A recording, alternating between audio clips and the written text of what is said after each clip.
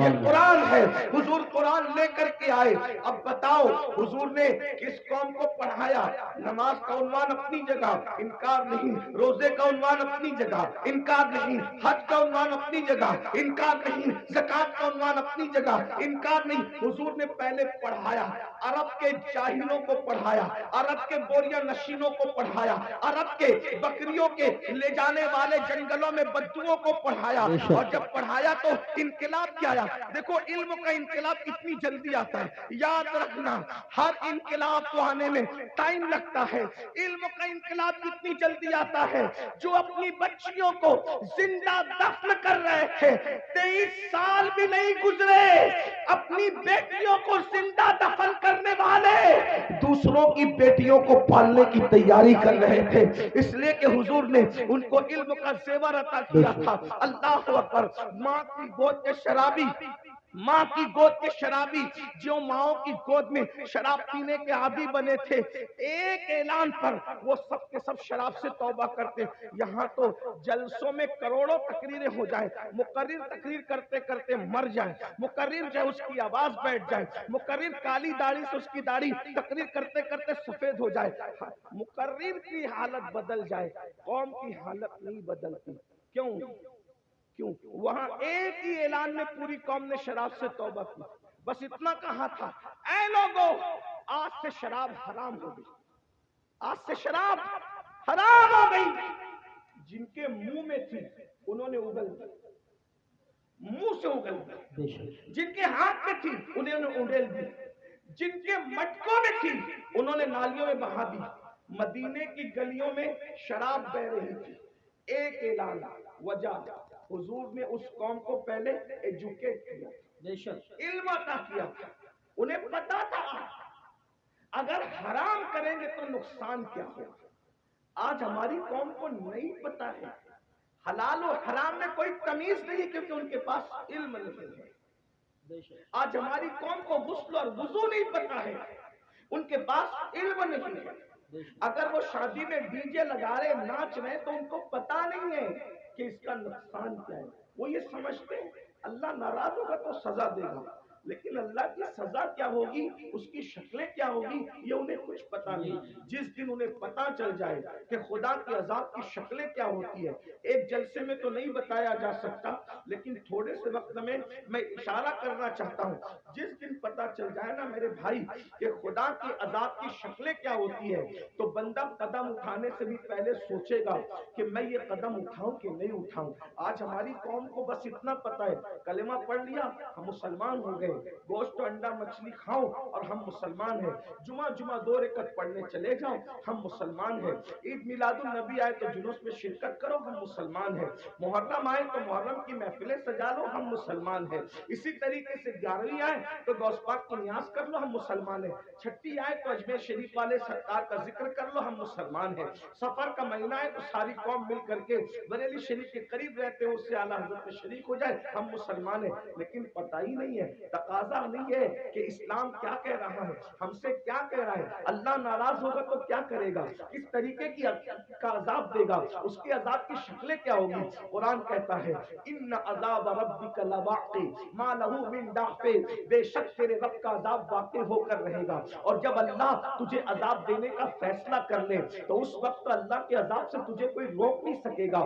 ان بطش ربک لشدید، تیرے رب کی پکڑ بڑی سخت ہے۔ لوگ سمجھتے ہیں اللہ کریم ہے مولانا ہمیں معاف کر دے گا، بے شک اللہ کریم ہے، اللہ رحیم ہے، اللہ ستار ہے، اللہ غفار ہے، لیکن کیا آپ کو یہ خبر ہے جن کی شکلیں قرآن کہتا ہے کہ سور کی طرح ہو گئی، جن کی شکلیں قرآن کہتا ہے کہ بندر کی طرح ہو گئی، ان کے بارے میں آپ نے قرآن پڑھا؟ یہی تو ہے کہ قرآن نہیں پڑھا، سب کی کتاب پڑھی، رب کی کتاب نہیں پڑھی، کہانی کس سے پڑھے، قہقہوں کی کتاب پڑھی، سیریل دیکھے، ہنسنے ہنسانے کے سیریل دیکھے، رونے رلانے کے سیریل دیکھے، اللہ کی کتاب نہیں پڑھی۔ اللہ کی کتاب اٹھا کے پڑھو تو اس غیور خدا کی غیرت پتہ چلے گی۔ تم کیا سمجھتے ہو گناہ کرنے والوں، خدا کے غضب کو چیلنج کرنے والوں، کیا سمجھتے ہو جن کی شکلیں قرآن کہہ رہا ہے کہ ہم نے سور اور بندر کی طرح کر دی تھی، وہ کون لوگ تھے؟ وہ پٹھان کے بچے تھے، وہ مغل کے بچے تھے، وہ شیخوں کے بچے تھے؟ کس کے بچے تھے؟ تمہیں پتا ہے کس کے بچے تھے؟ وہ مغل نہیں تھے، وہ پٹھان نہیں تھے، وہ شیخوں کے بچے نہیں تھے، جن کی صورتیں اللہ نے سور اور بندروں کی طرح کی وہ انبیاء کی اولاد میں سے تھے۔ اللہ قرآن اٹھا باضابطہ ان کا نسب پہلے بیان کیا، وہ بنی اسرائیل تھے۔ اور بنی اسرائیل کون ہے؟ اسرائیل حضرت یعقوب کا لقب ہے، اور بنی اسرائیل مطلب اولاد یعقوب، اولاد یعقوب، اللہ اکبر۔ اور اولاد یعقوب کا مطلب کیا؟ یہ بنی اسرائیل اور یعقوب علیہ السلام کا سلسلہ نسب کیا؟ یعقوب علیہ السلام کے ابا حضرت اسحاق علیہ السلام، اسحاق علیہ السلام کے ابا جان حضرت سیدنا ابراہیم علیہ السلام، یہ ہے ان کا سلسلہ نسب۔ لیکن اللہ اب میں آپ سب کی توجہ چاہتا ہوں، اپنے بھائیوں کی بھی اور بہنوں کی بھی۔ میرے بھائیوں، جب نبی کی پیغمبروں کی اولاد گناہ کرے تو اللہ دنیا کے اندر ان کی شکل سور اور بندر کی طرح کر دے تو ہمارا کیا حال ہوگا، ہمارا کیا انجام ہوگا؟ آپ سوچتے ہیں لیکن اس دنیا میں تو کسی کی شکل سور اور بندر کی طرح نہیں ہوتی۔ میں نے کہا الحمدللہ بالکل نہیں ہوتی۔ اس کی وجہ یہ ہے کہ ان کو جو پیغمبر ملے تھے وہ اور تھے، اور ہمیں جو نبی ملا ہے وہ اور ہے۔ ہمارا نبی نبی الانبیاء ہے، ہمارے آقا سید الانبیاء ہے، ہمارے آقا محبوب خدا ہے۔ لیکن یاد رکھنا اس کا یہ مطلب نہیں کہ محبوب کی خاطر اگر دنیا میں شکلیں نہیں بگڑ رہی ہے تو قبر میں بھی نہیں بگڑے گی، ایسا نہیں ہے۔ قبر میں شکلیں بگڑے گی۔ اللہ کے رسول علیہ السلام نے فرمایا ہم نے شب معراج، آقا فرماتے ہم نے شب معراج جب جہنم کا مشاہدہ کیا تو ہم نے دیکھا کہ کچھ لوگوں کی شکل کتے کی طرح ہے، کچھ لوگوں کی شکل خنزیر کی طرح ہے، کچھ لوگوں کی شکل بندر کی طرح ہے۔ حضور فرماتے ہم نے شب معراج دیکھا، اللہ اکبر، اللہ سے ڈرتے کیوں نہیں، اللہ سے خوف کرتے کیوں نہیں؟ آئیے میں آپ کو بتاؤں، اللہ اکبر، آقا کریم رؤوف الرحیم صلی اللہ علیہ وآلہ وسلم ارشاد فرماتے ہیں کہ معراج کی شب ہم نے ایک منظر دیکھا۔ آقا فرماتے جنت کی سیر کی آقا نے اور جہنم کا مشاہدہ کیا۔ دیکھو یہ باتیں ہمیں نہیں پتا ہے، جس دن پتا چل جائے گی اس دن ہمیں احساس ہوگا اور ہمیں یقین ہے ہماری قوم کو جب کوئی بات پتا چلتی ہے تو وہ اس پر عمل کرتے ہیں، کیونکہ اس پر قرآن کی نص موجود ہے، وَذَكِّرْ فَإِنَّ الذِّكْرَىٰ تَنفَعُ الْمُؤْمِنِينَ، کہ مومنوں کو نصیحت کرو کہ نصیحت مومنوں کو فائدہ دیتی ہے۔ یہ اتنے نوجوان داڑھی کیوں رکھ رہے ہیں؟ یہ کسی نہ کسی خطیب کی گفتگو کا اثر ہے۔ بہت سارے جوان نماز کیوں پڑھ رہے ہیں؟ ہم اللہ اکبر، بہت سارے علاقوں میں ہم لوگ گئے نہیں، بہت سارے لوگ دوسرے خطبہ نہیں گئے، لیکن کسی نے کہا ہمارے امام صاحب نے نماز پہ تقریر کی ہم نمازی بن گئے، داڑھی پہ تقریر کی ہم داڑھی رکھیں، تو پتا چلا یہ جلسے بالکل بھی لایانی نہیں ہے، غیر ضروری نہیں ہے۔ مومنین کو نصیحت فائدہ دیتی ہے، بس ناصح کی نیت صحیح ہونی چاہیے اور سننے والوں کو بھی صحیح طور پر سننے کا شوق ہونا چاہیے۔ اب آئیے ذرا تھوڑا سا دل کے کانوں سے سن لے۔ آپ نے گزشتہ مہینے کے اخیر میں معراج مصطفیٰ تو سنا ہوگا، لیکن معراج کا ایک حصہ ذرا ہم سے بھی سن لے۔ اللہ اکبر، آقا کریم صلی اللہ علیہ وآلہ وسلم ارشاد فرماتے ہیں کہ معراج کی شب ہم نے کیا دیکھا؟ اللہ اکبر، جب جہنم کا مشاہدہ کیا۔ مشاہدے اور سیر میں فرق ہے، جنت کی سیر کی ہے، جہنم کا مشاہدہ کیا ہے۔ اللہ اکبر، تو فرماتے ہیں خون کا دریا تھا، پیپ کا دریا تھا، اور اس میں بندہ تیر رہا تھا۔ خون اور پیپ کے کھولتے ہوئے دریا کے اندر کوئی تیر رہا ہو، تھوڑا توجہ کیجئے گا میرے پیارے آقا علیہ الصلوۃ والتسلیم کے پیارے دیوانوں، ذرا غور کیجئے گا۔ اگر اپنے آپ سے محبت ہے اور اپنے نبی کی باتوں پر یقین ہے تو یہ باتیں میری نہیں ہے، یہ باتیں مصطفیٰ جان رحمت صلی اللہ علیہ وآلہ وسلم کی ہے۔ ذرا غور کرو، ماں اور بہنوں کی بھی توجہ چاہتا ہوں، یاد رکھنا کسی کی بھی بات میں شک کرو گے تو کوئی نقصان نہیں ہوگا، لیکن اپنے نبی کی بات میں شک کرو گے تو ایمان بھی ہاتھ سے جا سکتا ہے۔ یہ تمہارے اور میرے نبی نے فرمایا شب معراج جہنم کا مشاہدہ ہو رہا ہے، خون کا دریا ہے، پیپ کا دریا ہے، اور وہ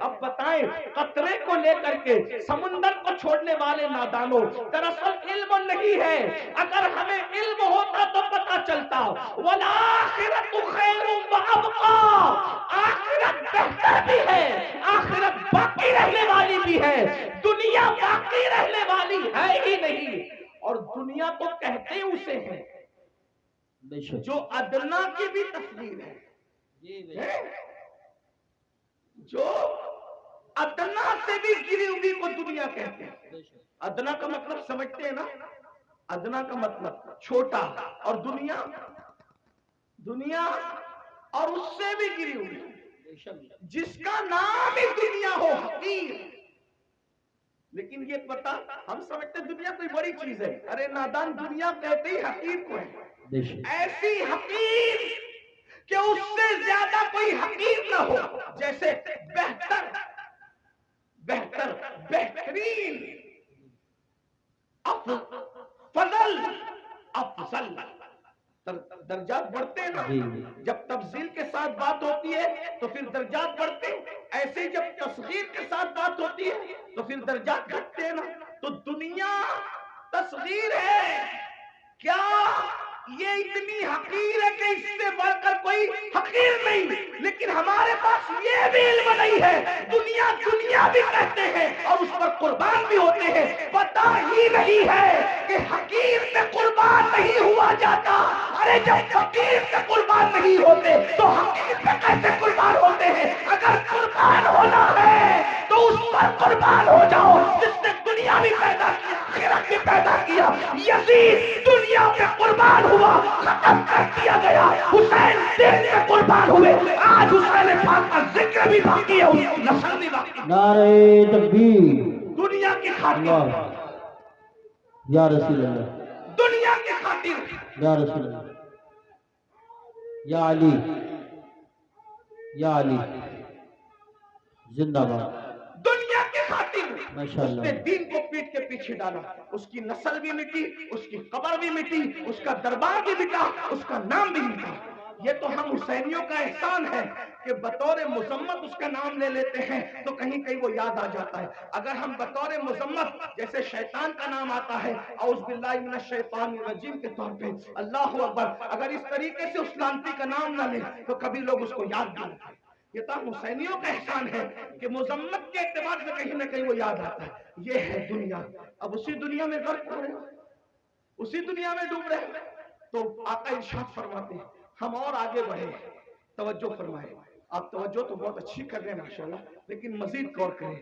آقا فرماتے ہیں ہم اور آگے بڑھے تو ہم نے کیا دیکھا؟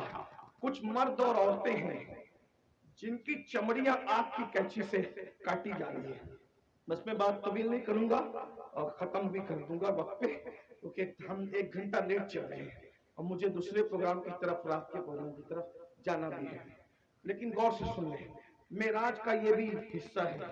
فرمایا کیونکہ معراج میں حضور اللہ فرماتا ہے لِنُرِيَهُ مِنْ آیَاتِنَا، ہم نے ان کو اس لیے سیر کرائی مسجد حرام سے مسجد اقصی تک تاکہ ہم ان کو اپنی نشانیاں دکھائیں.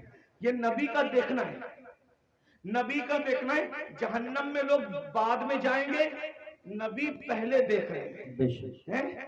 جہنم میں لوگ بعد میں جائیں گے، نبی پاک پہلے دیکھ رہے ہیں. توجہ کریں، یہ نبی کا دیکھنا ہے، یہ نبی کے دیکھنے کی شان ہے. پھر بھی کچھ لوگ کہتے ہیں کہ نبی کو غیب کی خبر نہیں. میں نے کہا نادان، اگر یہ غیب نہیں ہے تو پھر غیب کسے کہتے ہیں؟ حضور دیکھ رہے ہیں. جہنم میں جانے سے پہلے جہنمیوں کو اللہ دکھا رہا ہے. فرماتے ہیں ہم نے دیکھا کہ جہنم کے اندر کچھ لوگوں کی چمڑیاں آگ کی کینچی سے کاٹی جا رہی، آگ کی کینچی سے، اور وہ چیخ پکار رہے ہیں اور ان کی چیخ سنی نہیں جاتی. کیسے سنی جا سکتی تھی؟ رحمت للعالمین ہے. حضور فرماتے ہیں جہنم کی آگ کی کینچیوں سے چمڑیاں کٹ رہی تھی. اس پہ ذرا دھیان دیں. دنیا کی آگ نہیں اور دنیا کی کینچیاں بھی نہیں، جہنم کی آگ، جہنم کی کینچی اور چمڑیاں کٹ رہی. وہ چلا رہے ہیں. میں نے پوچھا جبریل یہ کون لوگ ہیں؟ اس میں مرد اور عورتیں ایک ساتھ تھے، وہ ننگے تھے. مرد اور عورتیں ایک ساتھ تھے، ننگے تھے، ان کی چمڑیاں کٹ رہی تھی آگ کی کینچی سے اور چلا رہے تھے. پوچھا جبریل یہ کون ہے؟ جبریل امین نے کہا یا رسول اللہ صلی اللہ علیہ وآلہ وسلم، یہ آپ کی امت کے وہ لڑکے اور لڑکیاں ہیں، وہ مرد اور عورتیں ہیں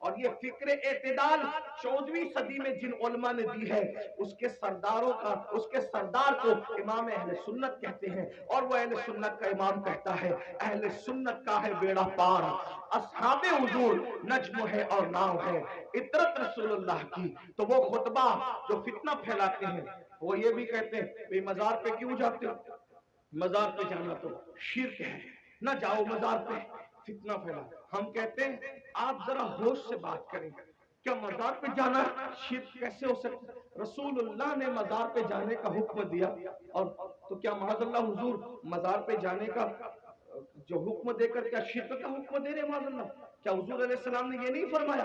آقا فرماتے ہیں کہ میں نے تم کو پہلے قبروں پہ جانے سے منع کیا تھا، اب تم قبروں پہ جایا کرو، کیونکہ قبروں پہ جاؤ گے تو تمہیں تمہاری آخرت یاد آئے گی۔ لوگ اس کو بھول گئے، وہ کہتے نہیں جانا چاہیے، شرک ہے۔ ایک بات آپ سے کہتا ہوں آخری میں، مزار پہ جاؤ کوئی شرک نہیں، بلکہ اللہ کے رسول نے تو 6 سال کی عمر میں جو پہلا سفر کیا تو اپنے والد کے مزار پہ بھی تشریف لے گئے۔ اور بخاری مسلم آپ اٹھا کر کے دیکھیں، سیاستہ اٹھا کے دیکھیں کہ حضور علیہ السلام شہدائے احد کے مزارات پہ خود تشریف لے جاتے تھے۔ شہدائے احد کے مزارات پر اللہ کے رسول خود تشریف لے جاتے تھے۔ سید الشہداء امیر حمزہ کے مزار پر سیدہ فاطمہ الزہرا خود تشریف لے جاتی تھی۔ غور فرمائیں، آپ غور کیجئے، مزار پہ جانا شرک نہیں ہے، لیکن ایک بات آپ سے سنیوں سے کہنا ہے، میرے بھائیوں سے، مزار پہ ضرور جاؤ لیکن سنت کے مطابق جاؤ۔ آج ہماری سنی قوم اپنے مسلک کو خود بدنام کرتے ہیں، وہاں جا کر کچھ لوگ علم نہ ہونے کی وجہ سے سجدہ کرتے ہیں۔ ہمارے مذہب میں، اسلام میں سجدہ کرنا اللہ کے سوا کسی کو جائز نہیں۔ آپ غلطی کرتے ہو، دیکھو اگر کوئی مسلمان شراب پیتا ہے تو کیا اس کا الزام اسلام پر آئے گا؟ بولو بھائی بتائیے، صحیح کہہ رہا ہوں غلط کہہ رہا ہوں؟ اگر مسلمان شراب پیے تو کیا اس کا الزام اسلام پر آئے گا؟ بولے نہیں آئے گا، کیونکہ اسلام نے شراب حرام کیا ہے۔ اب کوئی شراب پی رہا ہے تو یہ اس کی اپنی نادانی ہے، اسلام کا اس میں کوئی قصور نہیں ہے۔ تو اگر معاذ اللہ کوئی جاہل ان پڑھ قبر پہ جا کے سجدہ کر رہا ہے تو اہل سنت اس کی تائید کبھی نہیں کرتے۔ ہمارے امام سیدی اعلیٰ حضرت نے تو پوری کتاب لکھی، الزبدۃ الزکیہ، سجدے تعظیمی کی حرمت پر آپ نے پوری کتاب لکھی۔ تو غیر اللہ کو سجدہ تعظیمی حرام ہے، اور معاذ اللہ اگر عبادت کی نیت سے کرے تو شرک ہے۔ یہ ہم اہل سنت کا مسلک ہے۔ سجدہ کرنے کے بارے میں ہم سنیوں کو لوگ بدنام کرتے ہیں، جھوٹ بولتے ہیں، تجاول عارفانہ سے کام لیتے ہیں کہ ہم تائید کرتے ہیں۔ ہمارے کسی سنی ذمہ دار عالم نے کبھی قبر پر سجدہ کرنے کی اجازت نہیں دی، اس کی تائید نہیں کی۔ بھائی اگر ہم قبروں کو سجدہ کرتے تو پھر ہم مسجدیں کیوں بناتے؟ ہم اتنی محنت کر کے چندے کر کے مسجدیں کیوں بناتے؟ بھائی جو قبروں کو سجدہ کرے گا اس کی مسجد کیسے ہوگی؟ ہماری مسجدیں ہیں، اور آج بھی اتنی گنڈا گردی لوگوں نے کی ہمارے ساتھ، آج بھی پورے ملک ہندوستان میں نہیں بلکہ پوری دنیا میں سب سے زیادہ اگر کسی کی مسجدیں ہیں تو وہ صرف اور صرف ہم اہل سنت و جماعت کی مسجد۔ اتنی مسجدوں پر قبضہ کیا، ناجائز قبضہ کیا، چھینا، پھر بھی سب سے زیادہ مسجدیں ہماری ہیں۔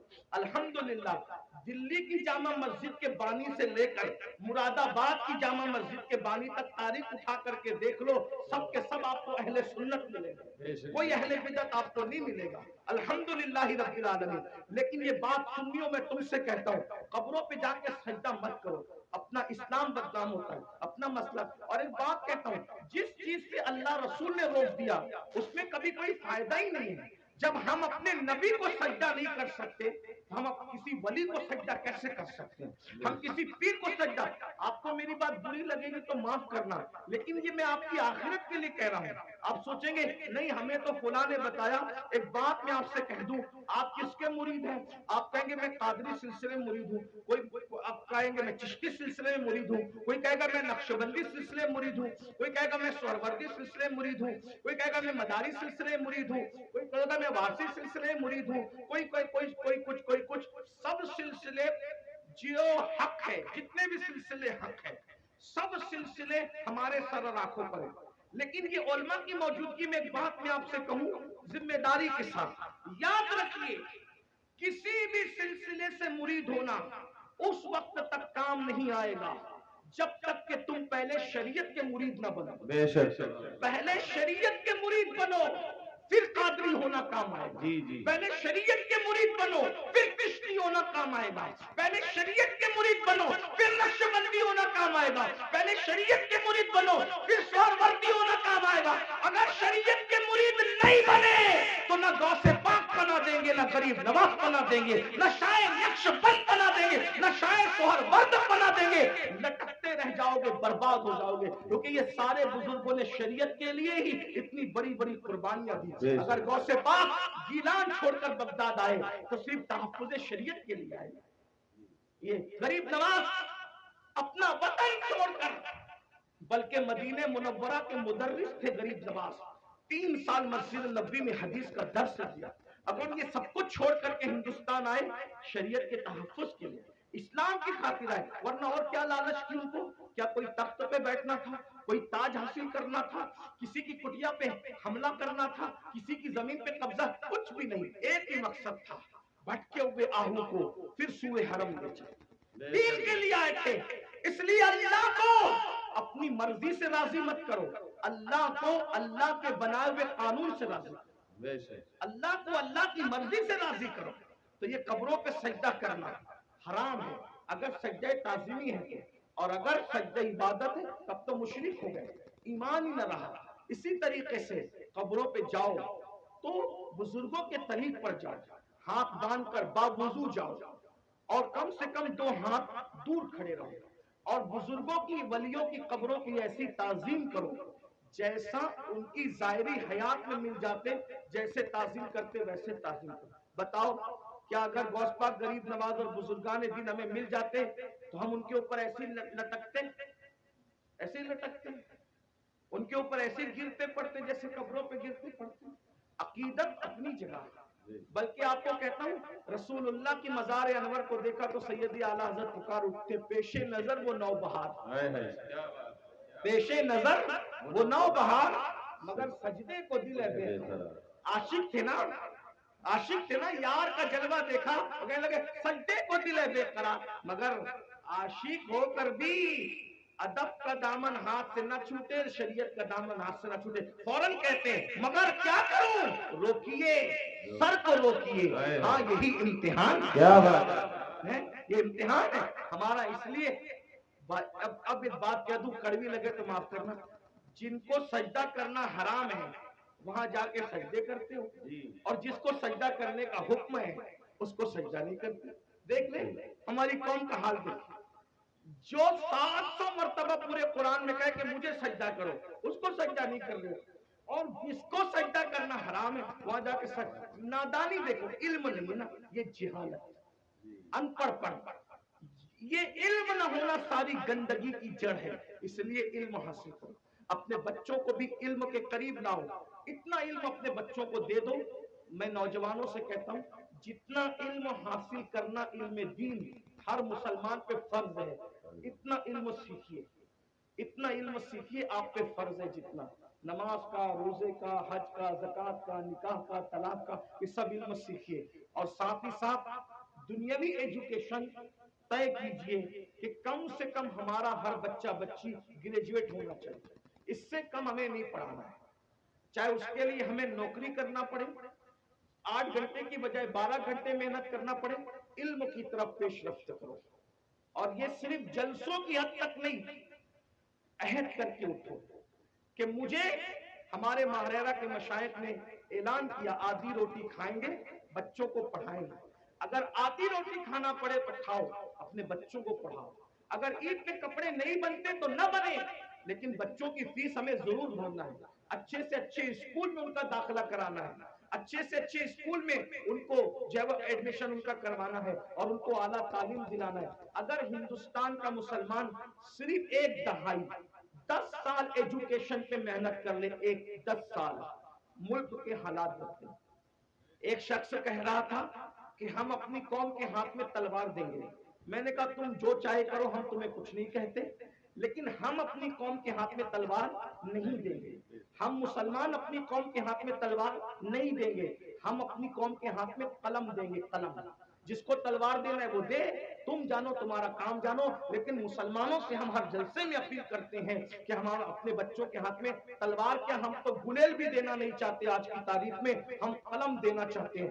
یاد رکھنا تلواریں اٹھتی ہے تو گردنیں کٹتی ہے، اور جب قلم اٹھتا ہے تو غربت کٹتی ہے، جب قلم اٹھتا ہے کمزوریاں کٹتی ہے، قلم اٹھتا ہے دشمن زیر ہوتے ہیں، قلم اٹھتا ہے انقلاب آتا ہے۔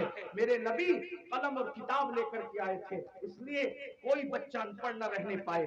جو کچھ ہوا، اور جو بچے 10ویں 12ویں پڑھ کے ڈراپ آؤٹ ہو گئے، ہٹ گئے، ان سے میں کہتا ہوں آج گھر بیٹھ کر کے بہت سارے کورسز کیے جا سکتے ہیں۔ اس لیے موبائل میں گیم کھیل کر وقت ضائع کرنے کی بجائے، ادھر ادھر بیٹھ کر اس کے اوٹے پر اس کے نکڑ پہ بیٹھ کر وقت ضائع کرنے کی بجائے، بچیوں سے بھی کہتا ہوں اگر 10ویں 12ویں پڑھ کر کے چھوڑ دیا ہے تو بہت سارے ایسے آج کورسز ہیں کہ گھر پہ بیٹھے بیٹھے آپ تعلیم حاصل کر سکتے ہو۔ لاک ڈاؤن کے اندر میں بھی جو ہے وہ 11ویں پڑھ کے میں نے چھوڑ دیا۔ میرے 11ویں پڑھ کے چھوڑنے کا واقعہ بھی ایک عجیب سا ہے۔ اصل میں سنی دعوت اسلامی کے ماحول میں تھا۔ میں 11ویں میں جب جونیئر کالج میں میرا ایڈمیشن ہوا، ماں باپ کی تمنا تھی کہ اس کو ٹیچر بنائیں گے، تو خاص طور پہ امی کی تمنا تھی اس کو ٹیچر بنائیں۔ میں جیسے کالج جونیئر کالج میں نے قدم رکھا تو دیکھا کہ لڑکے اور لڑکیاں ساتھ پڑھتے ہیں اور بے پردہ ہیں، اور 11ویں پہنچنے کے بعد سب بالغ ہو گئے۔ تو اتنا شعور نہیں تھا مجھے، لیکن اتنا تو تھا کہ لڑکیوں کے ساتھ نہیں بیٹھا جا سکتا بے پردہ۔ تو میں نے ٹیچر سے کہا، کلاس ٹیچر سے، عبدالعزیز سر ہمارے تھے، میں نے کہا کہ لڑکیوں کے ساتھ تو بیٹھنا ناجائز ہے۔ وہ ہنسنے لگے، بولے حیرت ہے اس دور میں ایسی بات کوئی کرتا ہے، تو پاگل تو نہیں ہوا؟ میں نے 1 مہینے تک کے یہ بات کرتا رہا۔ آخر ہمارے پرنسپل نے کہا ایسی بات نہیں۔ میں نے کہا یا تو ڈیوائیڈ کر دیں یا تو پھر ہم چلیں، اور میں نے جو ہے وہ پھر اس کے بعد چھوڑ دیا۔ میرے سر میرے گھر تک آئے، اتفاق سے وہ میرے ابا کے بھی کلاس ٹیچر رہ چکے تھے، میرے بھی ایک ہی اسکول میں، ہمارے ابا نہیں پڑھا ہم نے بھی پڑھا۔ تو وہاں پر وہ آئے، کہا کہ ابا، وہ کہا کہ تیرے بیٹے کو سمجھا کہ یہ پاگل تو نہیں ہوا ہے؟ میں نے کہا کچھ بھی ہو میں نے نہیں پڑھنا، شریعت نے منع کیا۔ حالانکہ آپ ایسا نہیں کرنا ہے، علماء سے آپ پوچھنا، علماء آپ کو بتائیں گے حالات کے تحت معاملات ہوتے ہیں، لیکن اس وقت ماحول ایسا تھا ہمارا سنی دعوت اسلامی کا ماحول، تقوی کا، پرہیزگاری کا۔ اب تو ہم متقی نہیں ہیں، وہ پرہیزگاریاں ہی نہیں ہیں، لیکن بہرحال تو وہ ماحول تھا تو ہم نہیں گئے تھے۔ لیکن میرے عزیز ساتھی، میرے بڑے بھائی کی طرح، وہ بھی ایک اسکول کے پرنسپل ہے اور ہماری سنی دعوت اسلامی کے رکن شورا ہیں، قاری رضوان خان صاحب۔ اس نے کہا کہ پڑھ لے بھائی، ورنہ ایسے ہی رہ جائے گا۔ میں نے کہا اگر میں اچھی نیت سے اللہ کی شریعت کے لیے چھوڑ رہا ہوں تو اللہ اس کا صلہ مجھے دے گا، اور اللہ نے مجھے صلہ یہ دیا کہ آج میں ایک English medium school and junior college کا چیئرمین ہوں، الحمدللہ، اور تقریباً 50 ٹیچرز جو ہے وہ اس وقت کم و بیش الحمدللہ جو ہے وہ ہمارے انڈر میں کام کرتے ہیں۔ یہ کرم ہے، مجھے یہ یقین ہے شریعت کا دامن جس نے پکڑا ہے تو اللہ نے اس کو کبھی ذلیل نہیں ہونے دیا، رسوا نہیں ہونے۔ لیکن بہرحال پھر مجھے احساس تھا کہ میں پڑھ نہیں سکا، پھر میری پوری توجہ دینی تعلیم کی طرف ہوگی۔ ویسے میں 7th اور 8th میں جو ہے وہ عالم کورس کی طرف چلا گیا تھا، لیکن میں نے سوچا کہ پوری توجہ 11ویں کے بعد اسی پہ مرکوز کر دی جائے، اسی طرف میں نے توجہ رکھی۔ لیکن پھر مجھے احساس تھا کہ میں نے دنیاوی تعلیم کو بھی آگے بڑھا، تو لاک ڈاؤن کا فائدہ اٹھاتے ہوئے پھر میں نے MA کے اندر ایڈمیشن لیا ابھی، ہاں الحمدللہ، ہاں، اور اس کے پہلے ایگزام میں شرکت کا پروگرام تھا اور اس کی تاریخ اور حج کی تاریخ سیم ہو گئی تو نہیں دے سکا، لیکن بہرحال میں نے اس طرف پیش رفت کیا، اور انشاءاللہ تو آپ سے بھی میں کہتا ہوں، میں یہ آپ کو ہی کہہ کے جا رہا ہوں نہیں، میں آپ سے، میں نے خود بھی اس پر عمل کیا ہے الحمدللہ، اور میں انشاءاللہ تعالیٰ اس کی کوشش کروں گا کہ 1 سال میں اس کی تکمیل کروں جو رہ گیا ہے۔ بہرحال اتنی لاک ڈاؤن میں تو فری تھے، تو جو ہونا تھا، وہ جو کرنا تھا وہ کر لیا، لیکن اب دوروں کی مصروفیت نہیں، لیکن اللہ نے آپ کو وقت دیا، فرصت کا وقت دیا ہے۔ آپ جو پارٹ ٹائم کورسز ہے وہ کریں، بلکہ جو نوجوان دنیا نہیں پڑھے ہیں وہ گھر بیٹھے کورسز کا فائدہ اٹھا کے دنیا پڑھ لیں، اور جو جوان دنیا پڑھ چکے ہیں، ڈاکٹر ہے، انجینئر ہے، ٹیچر ہے، ان کو چاہیے کہ عالم کورسز بھی اب جو ہے